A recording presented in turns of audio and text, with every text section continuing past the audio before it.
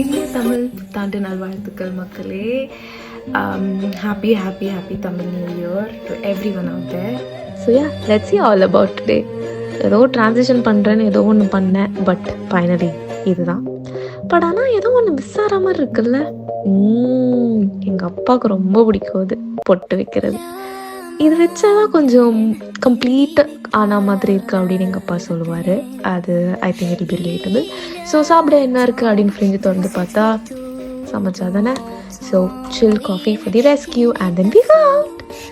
One coffee not enough அப்படின்ற மாதிரி காற்று மூஞ்சில் அடிக்கிற மாதிரியே காஃபியை நான் அடிச்சுக்கிட்டே இருப்பேன். So that's what you see with wind.